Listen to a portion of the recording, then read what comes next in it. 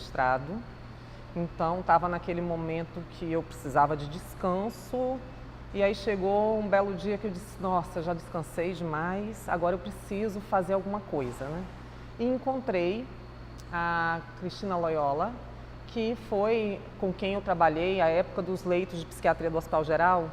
E aí falei para ela, Cristina, tu não tem nada de interessante para eu fazer, eu tô cansada de ficar parada.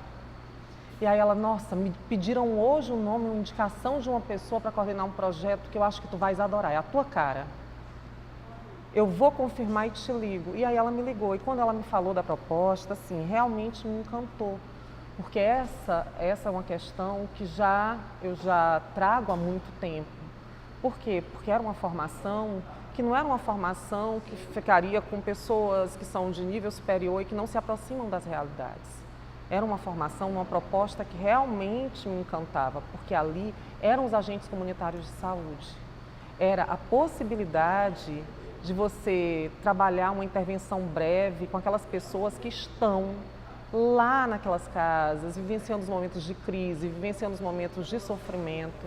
Aquelas pessoas que conhecem a realidade, né? E que não aguardam o paciente. Porque o paciente, quando ele vem com algum problema maior, né? E essas pessoas não, elas estavam naqueles espaços com a capacidade de produzir possibilidades de cuidado. Essa era a sua expectativa, de fato ocorreu? Exatamente, foi o que ocorreu, né? A gente viu, na verdade, essa proposta do Caminhos, que é uma proposta de aproximação entre a saúde mental e a atenção básica, e que surgiu para uma população que vivencia isso de fato. O que os tutores colocavam sempre como resultado dos seus momentos de encontro eram isso, que todos eles tinham diversas histórias, né? Por quê? Porque eles estão dentro da comunidade, eles estão vivendo próximos às pessoas que estão sofrendo, que se envolveram com crack, com álcool, com drogas, ou mesmo que estão com problemas, né, de adoecimento psíquico. E aí a gente via que todos eles tinham experiências, que todos eles tinham angústias, tinham aflições, né? E que de alguma forma a proposta do projeto trazia para eles uma resposta. Por quê? Porque não vinha uma resposta pronta. Olha, leve para tal lugar, porque tem que dar uma medicação. As possibilidades que eram colocadas dentro do curso eram possibilidades que se faziam no território. Eram viáveis para eles. A caixa de ferramentas era real e a ampliação dessa caixa de ferramentas era uma proposta verídica. E mais do que isso, ali não existia uma linha com utopia, do tipo, nós vamos livrar o mundo das drogas, né? Existia uma proposta que era real, que era concreta.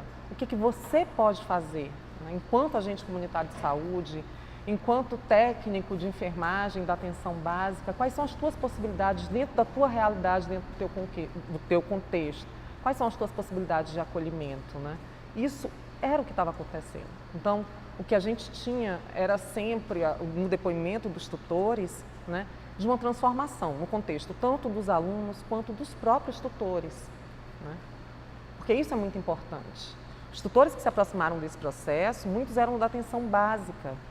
Eu sempre brinco que eu digo que o Caminhos do Cuidado, ele trouxe para o Maranhão, pelo menos, ele trouxe uma coisa que vai para além da formação. Porque, veja, ele traz uma proposta de capacitação de agentes comunitários de saúde, técnicos de enfermagem da atenção básica para a saúde mental, com ênfase em crack, álcool e outras drogas. Mas ele fez mais do que isso. Por quê? Porque para formular essa estrutura, né, quantos profissionais de nível superior nós formamos para que eles fossem orientadores e tutores? Nós tivemos nesse processo a formação de 9 pessoas como orientadores. Nós tivemos aprovados e trabalhando como tutores 127 profissionais de nível superior, né? Então, isso é a produção de pessoas que vão levar esse conhecimento para algum lugar.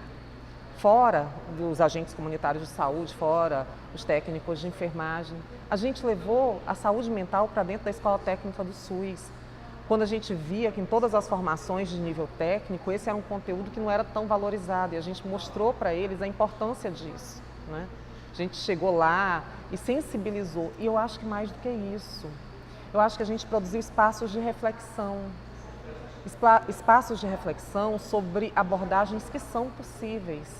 Você chegar hoje para um agente comunitário de saúde ou para um enfermeiro ou para um terapeuta ocupacional no estado do Maranhão para falar de redução de danos, né? E para falar de redução de danos de uma forma que realmente esclarece o que é a redução de danos. É mudar, transformar a visão de determinadas pessoas, porque a gente sabe que existe um estigma, né? Muitas das vezes com os profissionais por falta de conhecimento com relação a essa abordagem. Então, a gente produziu espaços de reflexão. Essas pessoas, elas vão disseminar esse conhecimento. Então, não é uma resposta a curto prazo, eu acho que a gente tem uma resposta a longo prazo. Quando a gente fala que nós temos mais de 17 mil profissionais de nível médio capacitados, que a gente tem quase 200 profissionais de nível superior capacitados pelo Caminhos do Cuidado dentro do estado do Maranhão, e a gente pensa no que eles podem disseminar de informações, porque a cada município que as turmas passavam, a gente tinha demanda. Nós tivemos diversas demandas de profissionais de nível superior. Quando é que vai ter para profissional de nível superior? Por que a gente ficou de fora? Era complicado em determinadas turmas, porque os enfermeiros, eles queriam participar. E aí a gente tinha que ter, né, aquele cuidado. Por quê? Porque às vezes ali naquele espaço, como é chefe, podia de alguma forma, né, inibir a fala do agente comunitário de saúde. A ideia era dar liberdade para que ele falasse da realidade dele, mas eles se sentiram excluídos. Quer dizer, aquelas pessoas, elas já estavam disseminando alguma coisa de transformação no espaço delas. Então eu acredito que é isso. Eu acredito que o Caminhos deixa um legado muito grande aqui no estado. Eu acho assim, o projeto ele vem pronto. Ele vem com uma proposta, né, que vem pronta, mas que traz uma metodologia muito interessante, né?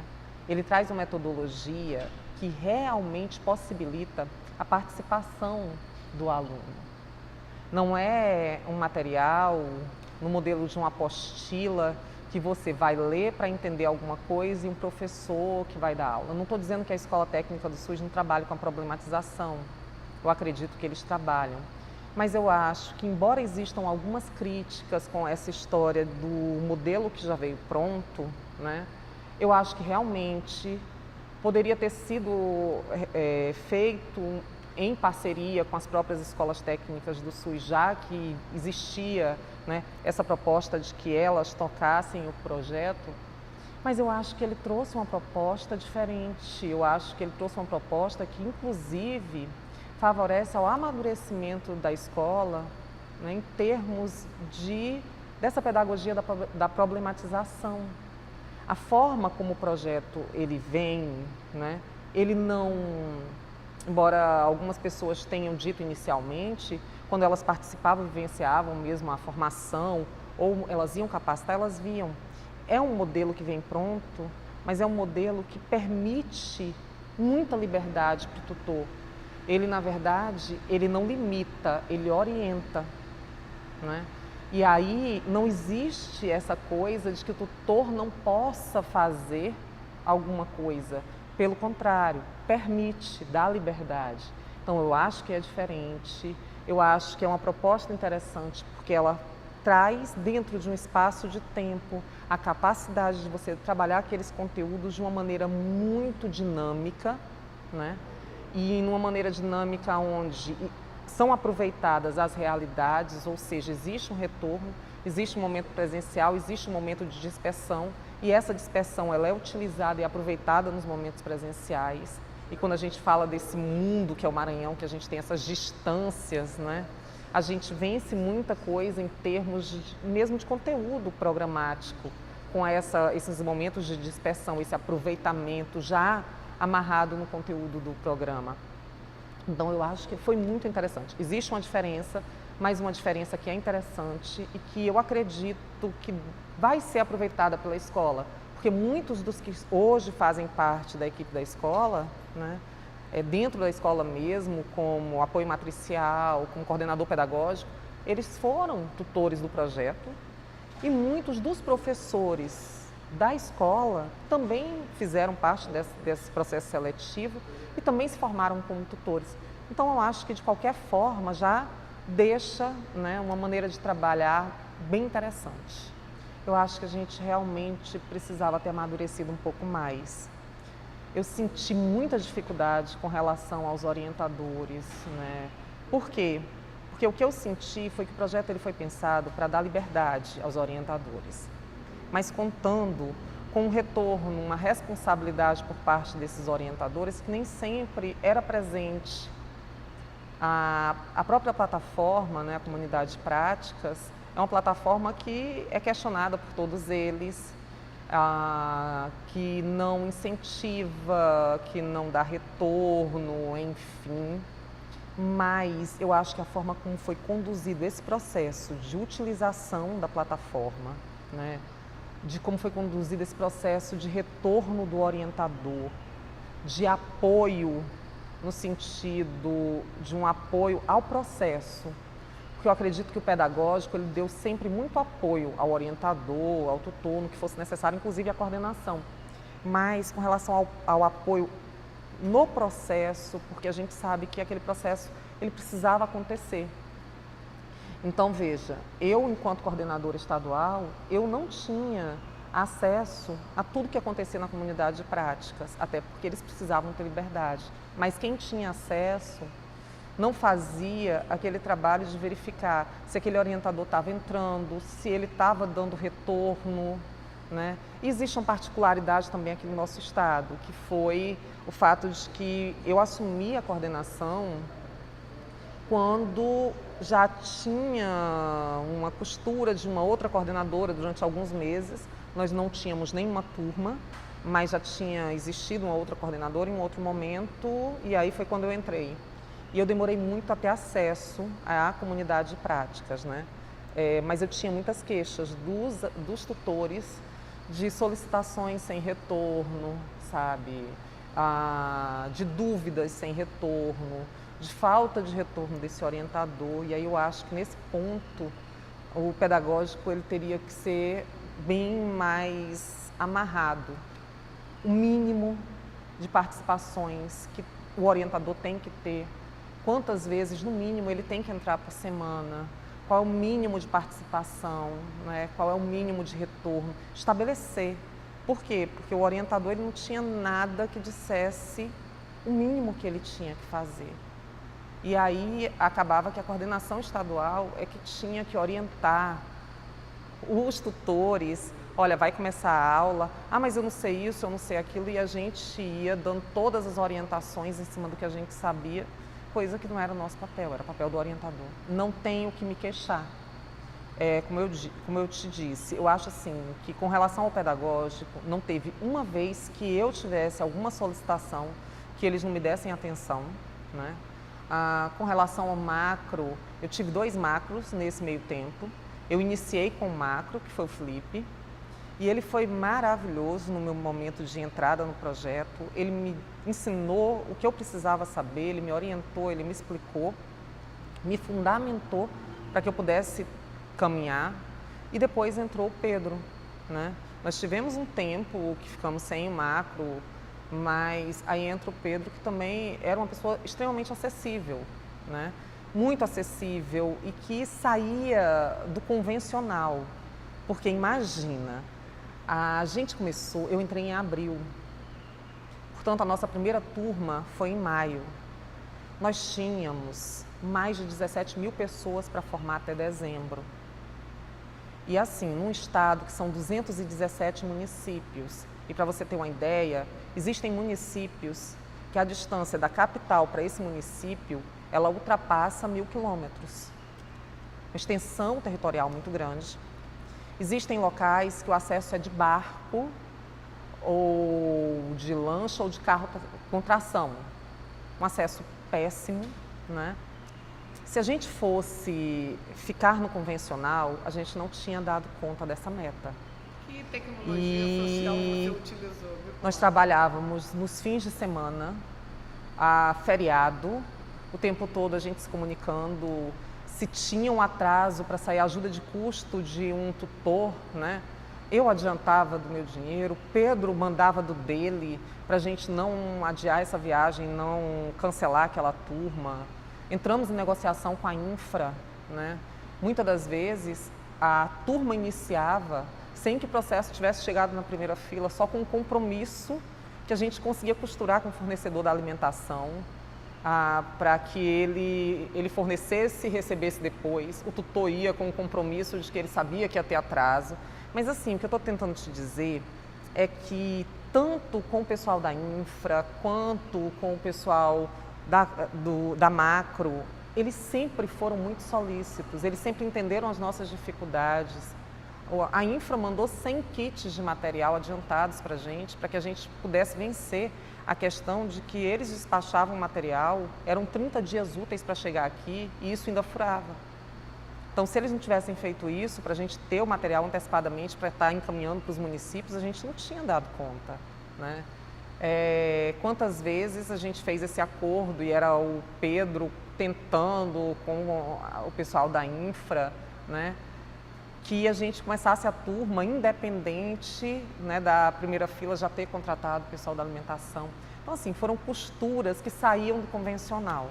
A gente realmente, nós tivemos que fazer acordos e mais acordos para trabalhar, mas eu não tenho do que me queixar. Eu acho que o retorno, tanto da infra, da comunicação, da macro e do pedagógico foram maravilhosos. Eu acho que na medida do que eles puderam, eles sempre contribuíram. Eu acho que existe uma questão que é real, né? Eu sempre coloquei isso. Em alguns momentos eu via que existiam reclamações, uma demora da infra, uma demora da macro, e existe uma coisa que é real.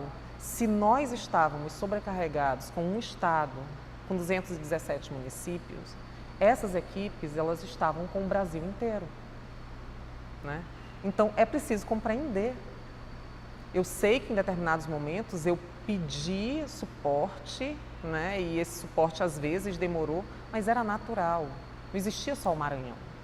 Eu acho que na medida do que eles tinham em mãos, né, para o tamanho da coisa que eles tinham em mãos e o que eles me deram de suporte, nossa, existe um setor que tu não perguntaste que eu faço questão de citar aqui, que é o acadêmico.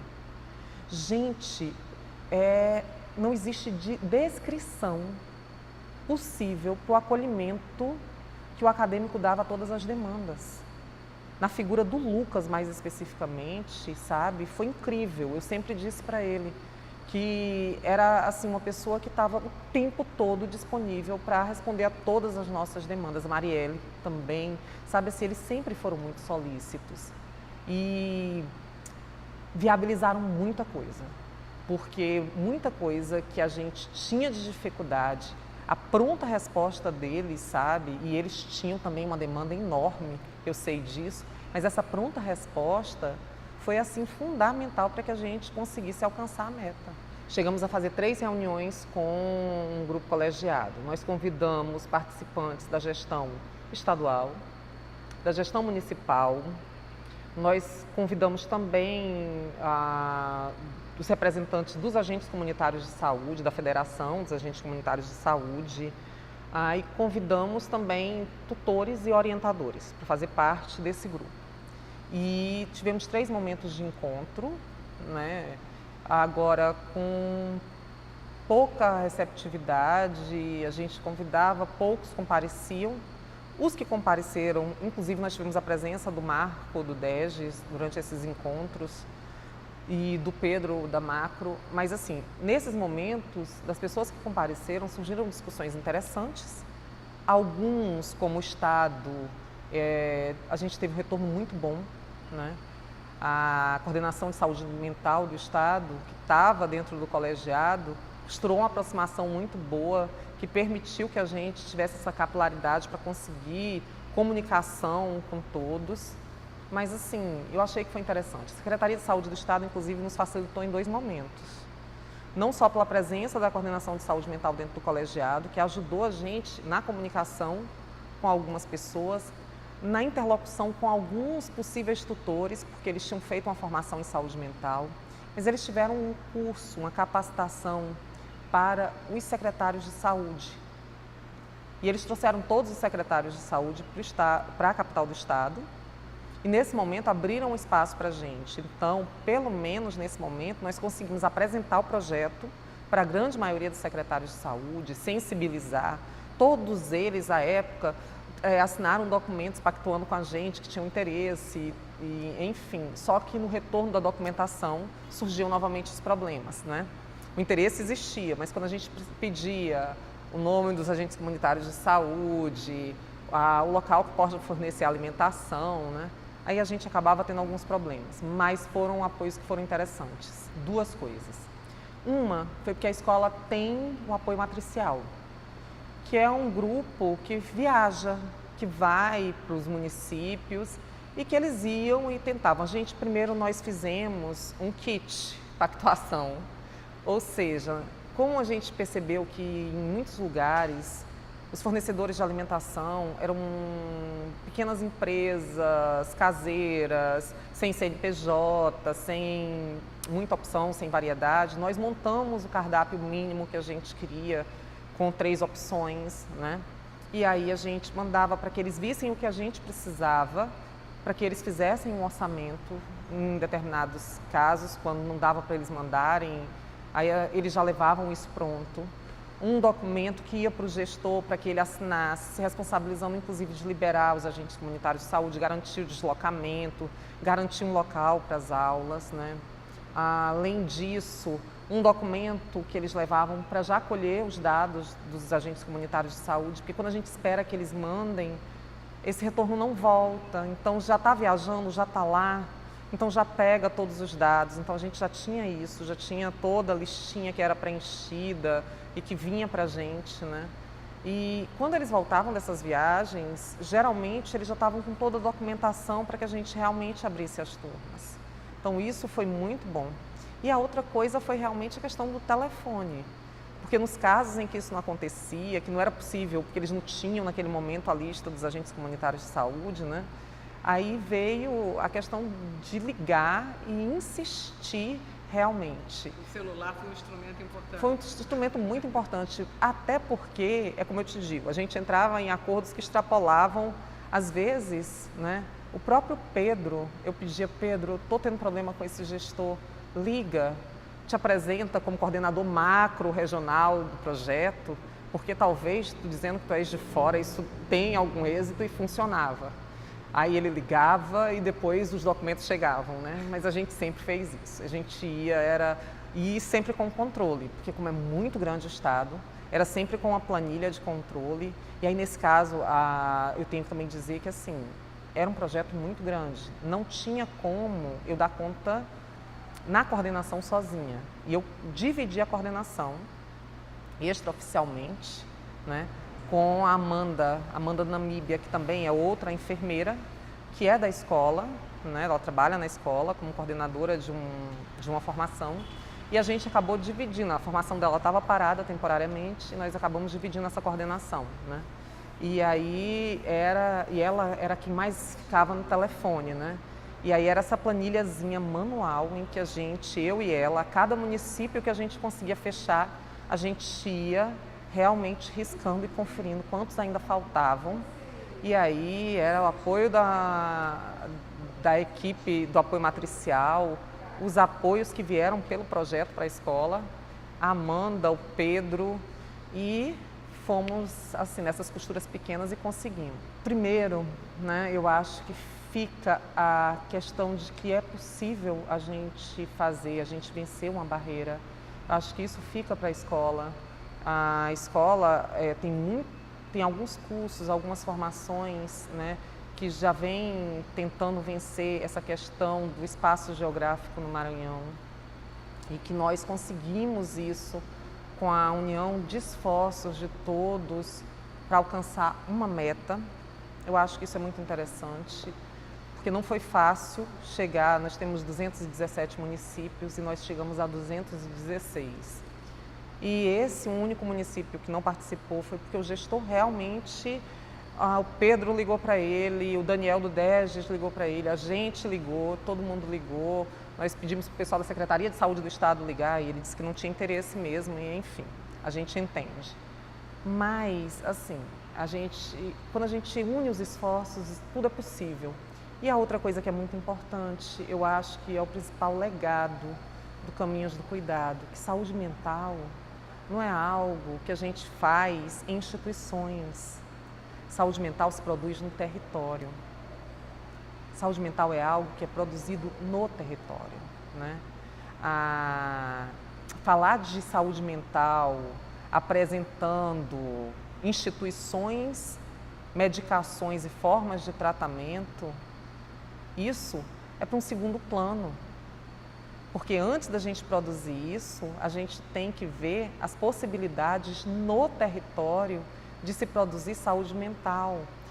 Instituição, remédio é para doença mental. Saúde mental é produção, é prevenção, né? E eu acho que deixa esse legado, tá? Porque saúde mental é isso, se faz no território. Eu acho que deixa um legado maior ainda, que é o de valorização de quem está na ponta. Porque a gente tem uma história de muita formação para profissional de nível superior, né, para trabalhar com saúde mental. E quem está na ponta, quem acompanha o sofrimento das pessoas, são os agentes comunitários de saúde. Eu achei lindo do Ministério da Saúde essa valorização desse profissional. Achei muito bonito, achei muito interessante essa proposta, né? Eu acho que deixa um legado de que eles é que realmente estão na ponta e precisam ser enxergados e valorizados, porque eles têm muito para ofertar e a gente tem essa responsabilidade, né? Que é de instrumentalizar isso. Acho que antes de soltar o projeto, né, faria um trabalho mais colegiado com as escolas, de aproximação, porque a forma como a coisa aconteceu, eu acho que gerou alguns ruídos. Ruídos no sentido de que, como as escolas não participaram do planejamento, né, elas, muitas das vezes, eu via algumas pessoas falando como se fosse uma coisa que a escola estava fazendo para o projeto. E, na verdade, a responsabilidade de formação das pessoas de nível médio é da escola. Era o projeto quem estava fazendo pela escola, né? Na verdade, eles estavam dando uma oportunidade de permitir à escola que ela formasse pessoas de nível médio. Então, acho que esse momento de pensar junto, eu acho que eu faria diferente. Eu acho que antes de levar a proposta para as escolas, trazer as escolas para pensar, olha, a gente tem isso, é isso mesmo, vamos participar, vamos ver o que muda, pegar a opinião antes de fechar o produto final. Eu acho que esse é um ponto. Um outro ponto que eu acho que seria muito importante, que era o da descentralização dos recursos, né? Porque a centralização desse recurso, muitas das vezes, produziu demoras na contratação de um serviço de alimentação ou mesmo na chegada de um material didático, enfim. Eu acho que essa descentralização seria interessante, porque seria necessário garantir alguma autonomia financeira, né, para essas escolas, porque o projeto ele demanda custos que extrapolam a questão temporal, que a gente precisa de uma burocracia entre a escola e a infra. E acho que isso. Ok, senhora. Eu lhe agradeço muito a sua presença aqui. Eu que agradeço.